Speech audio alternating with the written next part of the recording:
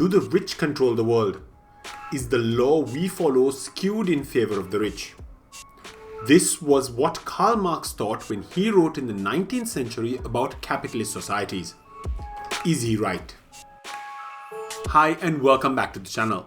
If you're new here, my name is Mahela, and in this channel we talk about a variety of things related to law. From day-to-day laws that we come across to more philosophical questions like what is law? In today's episode, we will briefly look at what Karl Marx and Marxism thought about the law and whether what he said in the 19th century is still relevant in the 21st century. And if you find value in this episode, please do consider liking the video and subscribing to the channel. Let's get started. Marxism, a word that often sparks intense debate and opinions in most people. Some find this theory very appealing, while others find it unrealistic. But the big question is Marxism a relic of the past, or does it hold surprising relevance in today's globalized world? And why are more and more people talking about Marxism today?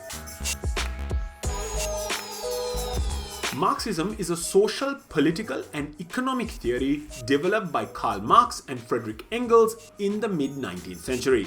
At its core, Marxism believes that capitalism is an exploitative society. It argues that capitalist societies concentrate wealth in the hands of a few and exploit the labor of many. Basically, Marx believes that in capitalism, the rich, or bourgeois as he calls it, owns all the wealth, including the means of production like the land and factories, and they use this wealth to exploit the poor, or as he calls it, the proletariat, who have nothing but their labor to sell. According to Marx, because the people who have wealth have more power, they are able to control the society using what he refers to as the ideological components which drives our society. These ideological components include things like religion, culture, politics, and even law. He explains that these ideological components create the world that we live in. Marx explains that the rich, because of their wealth, control these ideological elements and use it to their benefit. For example, think about religion.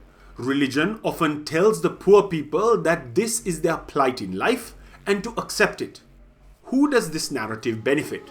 Marx explains that this narrative is created by the rich to ensure that they remain in control and they remain rich. Further, take for example something like property law. Would such a law benefit the poor? It would only be beneficial to the rich who actually own land. What use is property law to a poor person who owns no property? So property law is a tool to ensure that the land owned by the rich is protected and that no one can steal it. So Marx explains that in a capitalist society, law is used to protect the interests of the rich and to control the poor. But Marx explains that unfortunately the poor do not realize that they are being exploited by these ideological components. In fact, the poor believe that these ideological components like religion, like culture, and even law is for their benefit and salvation. For instance, don't we all believe that the law is there to protect us and not to oppress us? Marx calls this ideological mystification. So what is the solution that Marx suggests? He calls for a demystification of the false ideology or a breaking away from this false ideology. He believes that once that is done, the poor will realize that they are being exploited. And once that realization happens, Marx believes that the people will revolt and set up a socialist state which does not have class disparity. Marx envisaged a classless society where the means of production, like the factories, tools, and resources, are all owned collectively rather than by private individuals.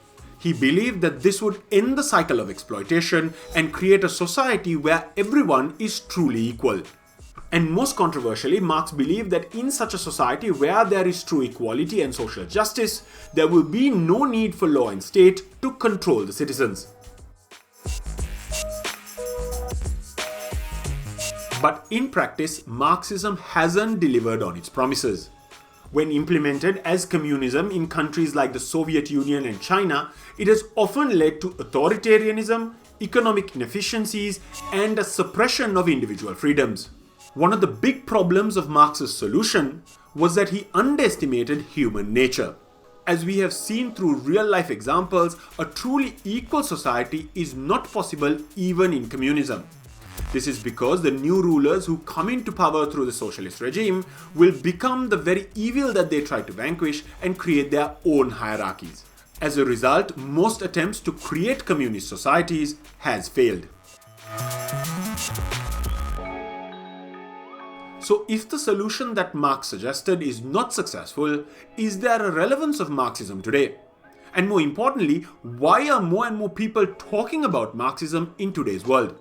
This is because most of the criticisms that Marx made about capitalist societies still exist in the 21st century and resonate with the people even more today. Number 1, wealth inequality. The richest 1% control a staggering share of global wealth while millions live in poverty. So clearly the capitalist society does favor the rich and allow for the rich to become richer and will keep the poor in poverty. Number 2, worker exploitation. From gig workers to factory laborers in developing countries, many face precarious conditions. While the rich get richer, the poor and the average laborer gets exploited selling their labor. This is exactly the problem that Marx recognized in capitalist societies. Number 3, the law still favors the rich. Despite the strides the law has taken, the law is still skewed in favor of the rich, protecting the rich while imposing impossible standards on the working class. Laws like minimum wages and welfareisms remain a bribe given by the rich to hide the true exploitation. For example, while laws which grant minimum wages are considered to be for the benefit of the laborers, the same is exploited by large multinational companies shifting production in countries where the labor is cheap. The cost of a fancy pair of shoes might be more than the entire month's salary of the laborer who made them. Number 4, ideological mystification. The poor still believe that the law and other ideological elements are there for the benefit of the poor, even though they are used to exploit, oppress, and control the poor. We still believe that the laws are there to achieve justice and create equality for everyone.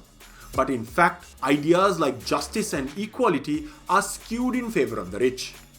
As a result of the continuing influence of Marx's writing even today, we see movements advocating things like wealth redistribution, labor rights, and sustainability draw inspiration from Marxism, even if they don't want to call themselves Marxists. Of course, Marxism isn't a one-size-fits-all solution. It's a lens which helps us to understand things like power, inequality, and the systems that shape our world. Whether we agree with Marx or not, grappling with these questions helps us to think critically about the future we want. What do you think? Is Marxism still relevant in today's society? Let me know in the comments below. And don't forget to like this video and subscribe to the channel if you like this kind of content. I'll see you in the next episode. Take care. Bye.